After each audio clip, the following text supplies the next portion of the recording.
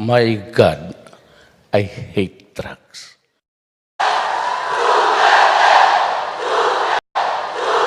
My campaign against drug will not stop until the last pusher and the last drug lord are... I told you to avoid me. I'm telling the Filipino people, wag ako, it's gonna be... Sa CNN, pati BBC since yesterday, said that Duterte admits killing or shooting the criminals.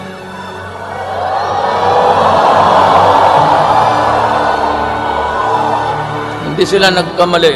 Putang ina, papatayin ko talaga mag... Tuk-tuk, abrihi na akay bisita. Mga pulis gusto ra ka nga ikumusta. Okay ra ba daw pwede ba kang maimbita? Congrats pare ko'y kinaa ka sa lista. Dito mo mag-celebrate sa Nazareth Bridge. Kay ugma puhon ikaw na po'y isalvage. Ang pangako ko sa inyo ito, droga, papanitsikapin ko suppress.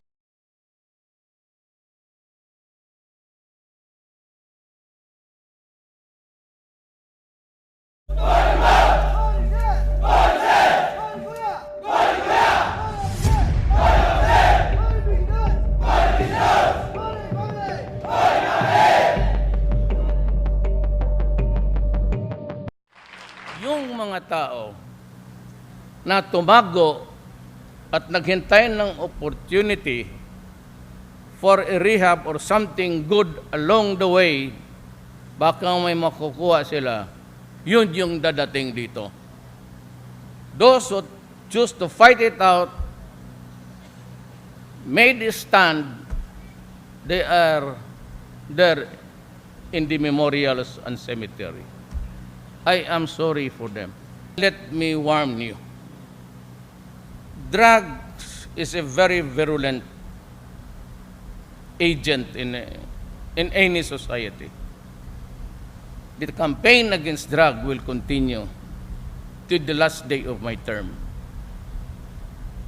I will not stop until the last drug pusher is out of the street and the last drug lord or king killed.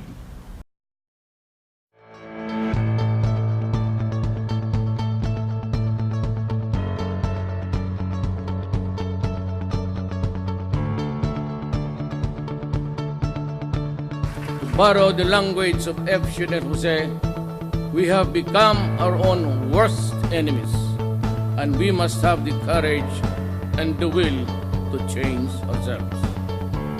Love of country, subordination of personal interests to the common good, concern and care for the helpless and the impoverished. These are among the lost and faded values that we seek to recover and revitalize. The Philippine economy grew by 6.9% in the first quarter this year, the highest growth in 3 years and the fastest in Asia, even outpacing China for the first time in decades. The ride will be rough, but come and join me just the same.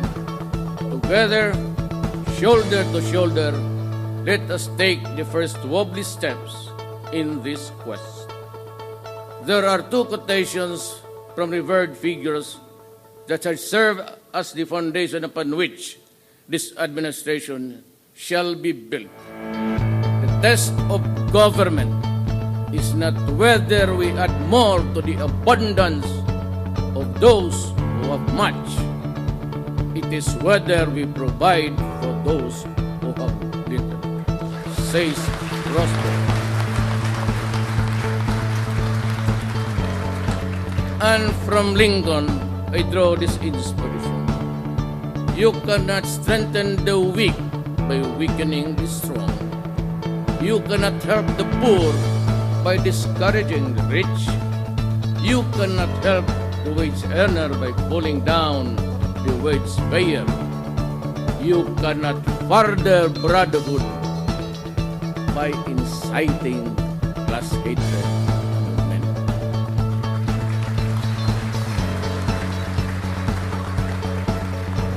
My economic and financial political policies are contained in those quotations, though couched in general terms. Read between the lines. I need not go to specifics now.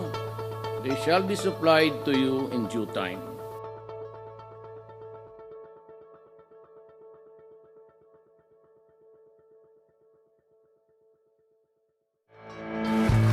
I order all department secretaries and heads of agencies to refrain from changing and bending the rules of government contract, transactions and projects already approved and awaiting implementation. Changing the rules when the game is ongoing is wrong. I abhor secrecy and instead advocate transparency in all government contracts, projects and business transactions, from submission of proposals to negotiation to perfection and finally to consummation. Do them. President Duterte has and vowed we to will raise the work salary together. of teachers this year. Do not do them. We were part President sooner Duterte has vowed to raise than the later. salary of teachers this year. The chief I am Rodrigo Duterte. I am a Filipino.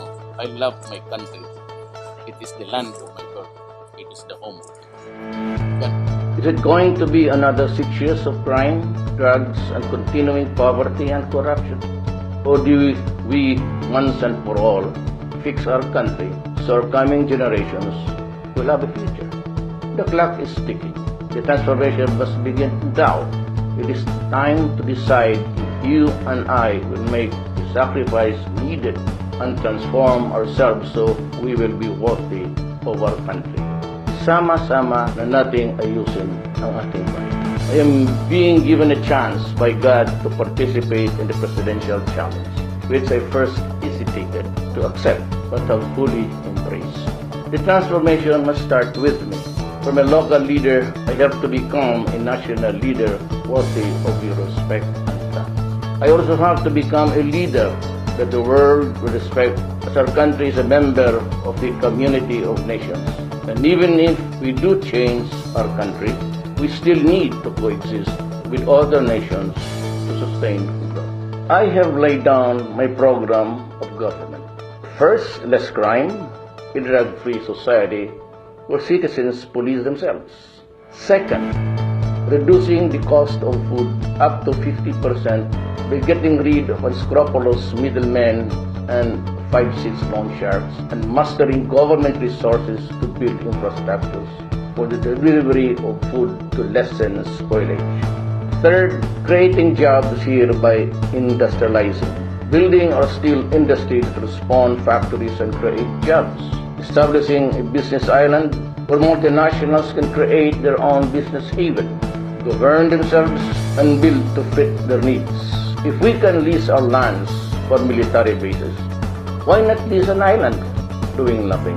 To create our own version of Hong Kong, Taiwan, or Singapore. The jobs will come here. Going abroad must be a choice and not necessity.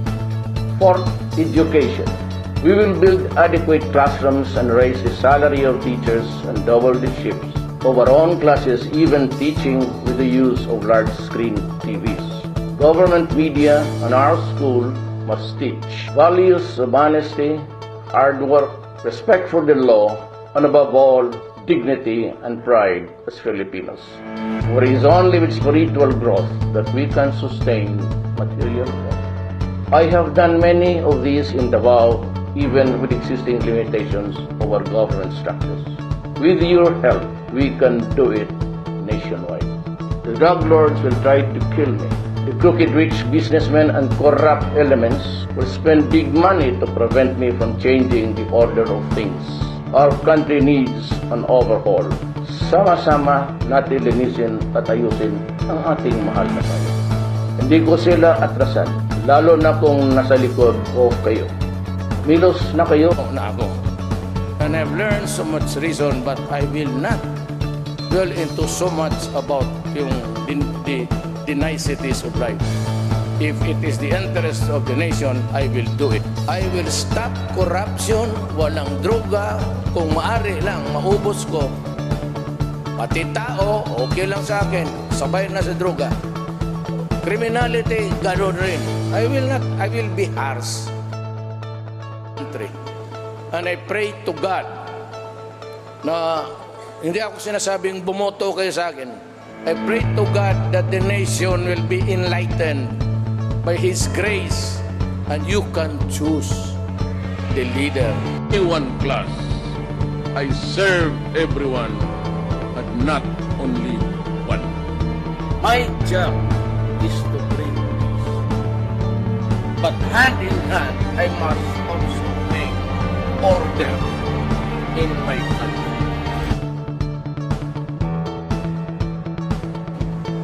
Yung tanim-tanim ng bala, hintuan talaga nyo yan. Unless you are ready to swallow the bullet. And I will make you do it. Na ako. And I've learned so much reason, but I will not dwell into so much about yung the niceties of life. If it is the interest of the nation, I will do it. Is it going to be another 6 years of crime, drugs, and continuing poverty and corruption? Or do we once and for all fix our country so our coming generations will have a future? The clock is ticking. The transformation must begin now. It is time to decide if you and I will make the sacrifice needed and transform ourselves so we will be worthy of our country.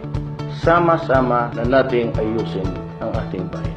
I am being given a chance by God to participate in the presidential challenge, which I first hesitated to accept but have fully embraced.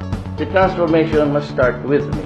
From a local leader, I have to become a national leader worthy of your respect and trust. I also have to become a leader that the world will respect, as our country is a member of the community of nations.